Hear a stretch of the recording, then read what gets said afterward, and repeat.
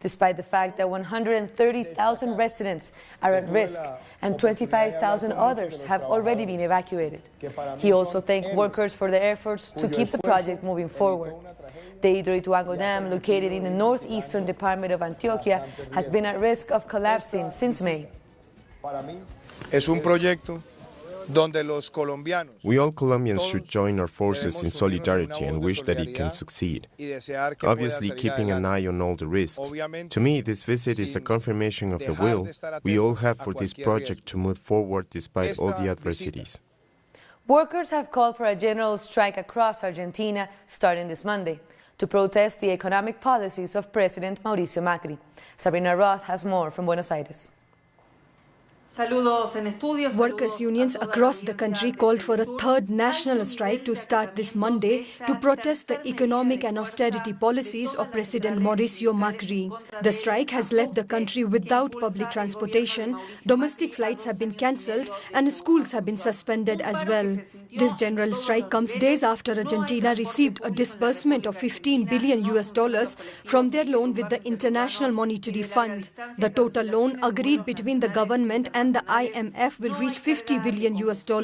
Workers are hoping the protest can bring all unions together to face the measures of the administration of President Macri. That was Sabrina Roth from Buenos Aires. Bolivian President Evo Morales met with former Prime Minister of Spain, José Luis Rodríguez Zapatero, during his stay in La Paz. The former Prime Minister also met the country's Foreign Minister, Fernando Guanacuni.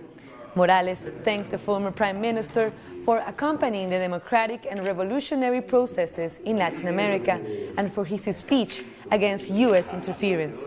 Rodríguez Zapatero was in Bolivia to give a conference called Spain and the Future of the European Union. Rodríguez Zapatero anticipated that the new Spanish government, led by Prime Minister Pedro Sánchez, will deepen the ties of cooperation and support with Latin American countries, and that the relationship with Bolivia will be one of its priorities. The government of the Socialist Party, the government of Pedro Sánchez, will deepen its cooperation and support with Latin American countries.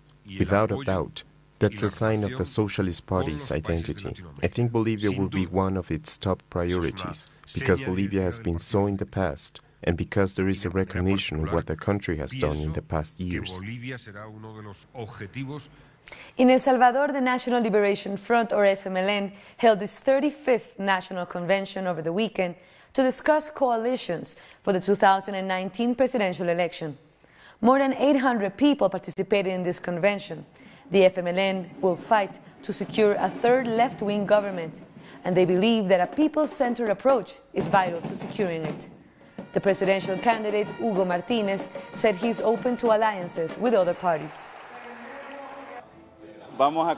We're going to consult with the members and the basis of the party to see how far these alliances will go and with who and when these alliances will take place. Thousands in El Salvador are voicing their rejection to the privatization of water in the country after right-wing legislators approve handing its management to private companies. Dozens of union workers marched to reject the privatization of water in El Salvador. The Environment and Climate Change Commission of the Legislative Assembly, with a majority of right-wing legislators, have proposed that the regulatory body that controls water will be private. Water can't be managed by businessmen, because they are businessmen. They only think about profits. Obviously, they won't care about the Salvadoran people. The destination of the march was the headquarters of the right-wing party, Arena, whose legislators have withdrawn 92 articles of the General Water Act that had already been recognized and were of benefit to the people. Today, they have approved 5 articles that propose that the management of water be in the hands of the private sector. We want them to bring back the General Water Act presented by workers in the Water Forum, a project that guarantees water for all the Salvadoran people. They have it in the shelves in the Legislative Assembly. For that reason, we are fighting for the Salvadoran people.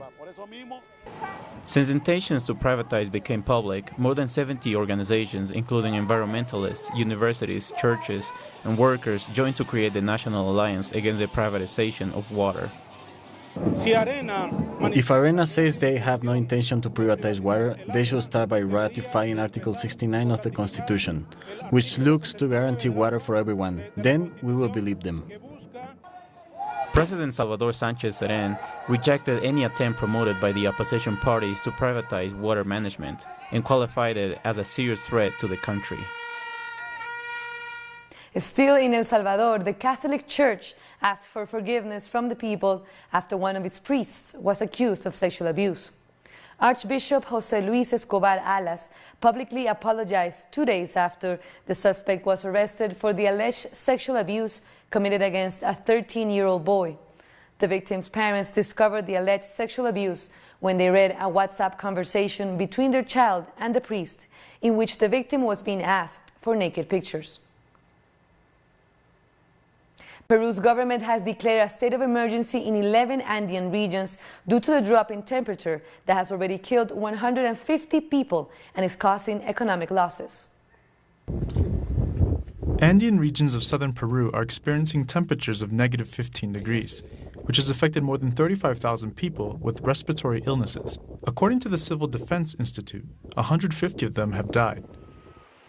The situation is similar in the jungle area, but in many of those communities there is no government presence, so people have to walk for 3 days to the closest health station. Sometimes we are not able to get there because of the roads and cliffs. Sometimes we can only go halfway and the kids get worse or even die. There is not medicine here. Our communities suffer a lot. We are very concerned about our new reality.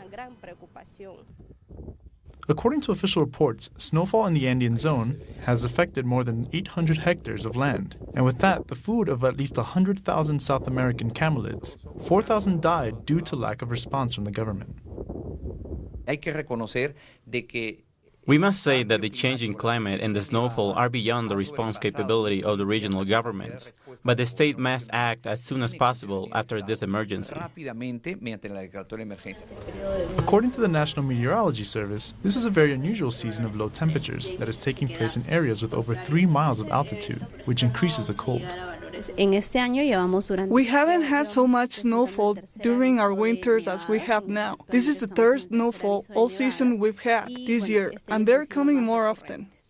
Can we expect more of them? I think it's possible.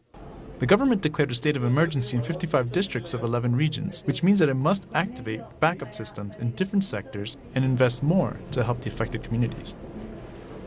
The traditional festival Inti Raymi sees Peruvians and tourists from all over the world attend a typical parade, an Inca celebration in honor of the sun.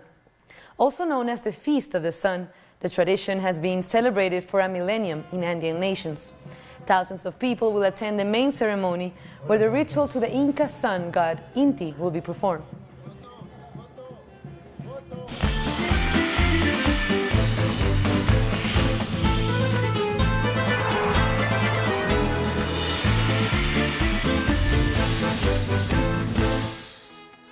Let's take a look at today's games in the Russia World Cup.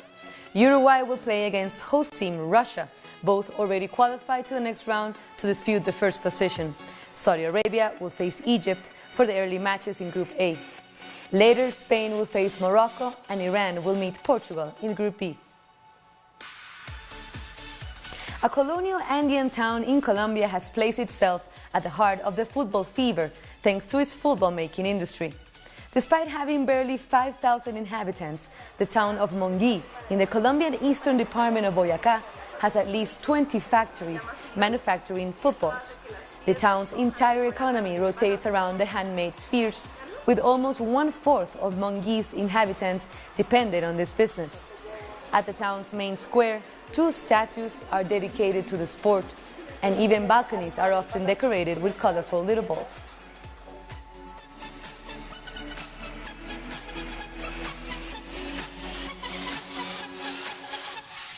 We'll take a short break now, but join us again after this video from our multimedia team.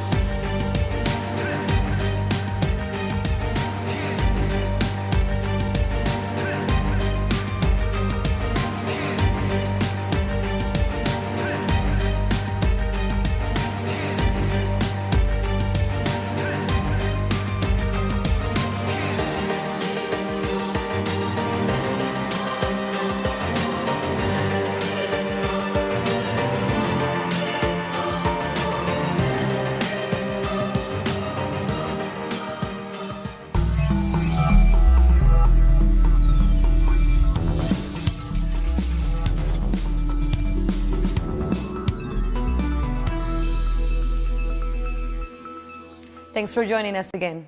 China and the European Union have held their 7th high-level economic and trade dialogue in Beijing. The main outcome of the meeting was the unanimous refusal of protectionism and defending the global multilateral trading system. Chinese Vice Premier Liu He and European Commission Vice President Jyrki Katainen co-chaired the trade conference. Both sides also discussed trade investment, global economic governance, and innovation-driven development. This dialogue is held against a very special backdrop, when unilateralism and trade protectionism is on rise, and tensions appear in the economic relations between major economies. Both sides agreed to oppose unilateralism and protectionism, and prevent such practices from impacting the world economy or even dragging the world economy into recession. 16 European Union leaders are holding an emergency meeting in Brussels to discuss ongoing disputes over migration in the region. The leaders are discussing how to share out asylum seekers in the bloc. Many leaders are divided in their opinions over the flow of migration, with several Central European countries like Hungary, Slovakia, and the Czech Republic boycotting the mini summit, claiming they want to protect their borders and are against the intake of migrants. I hope that in the next few days we can make a common European decision, which is the only one that will enable us to respond effectively and humanely to the crisis we are experiencing. We do not want to manage things on a case-by-case basis. We want to propose a clear scheme of solidarity to deal with this challenge. Now let's look at some other stories making headlines around the world. A dramatic underwater rescue mission is underway in Thailand to rescue a youth football team trapped in a flooded cave.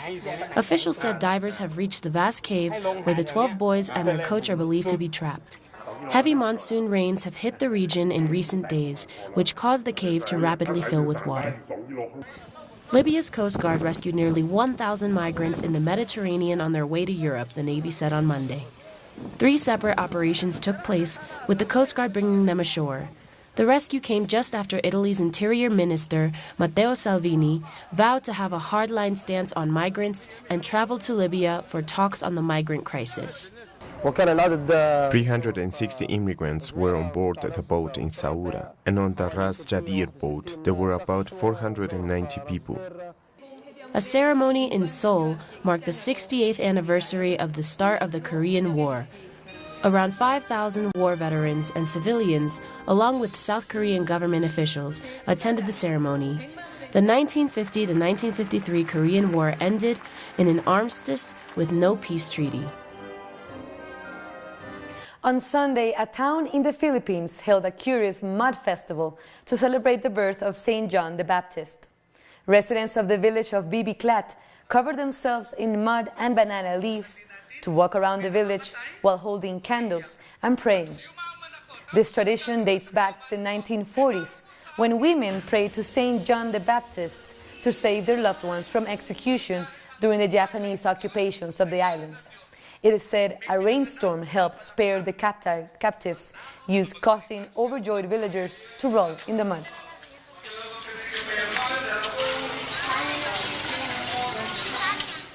And with that colorful story, we come to the end of this news brief. But there's another one you can find on our website at telesurtv.net/English. And be sure to also follow us on social media, Facebook, Twitter, and Instagram. For Telesur English, I'm Carla Gonzalez. Thank you for watching.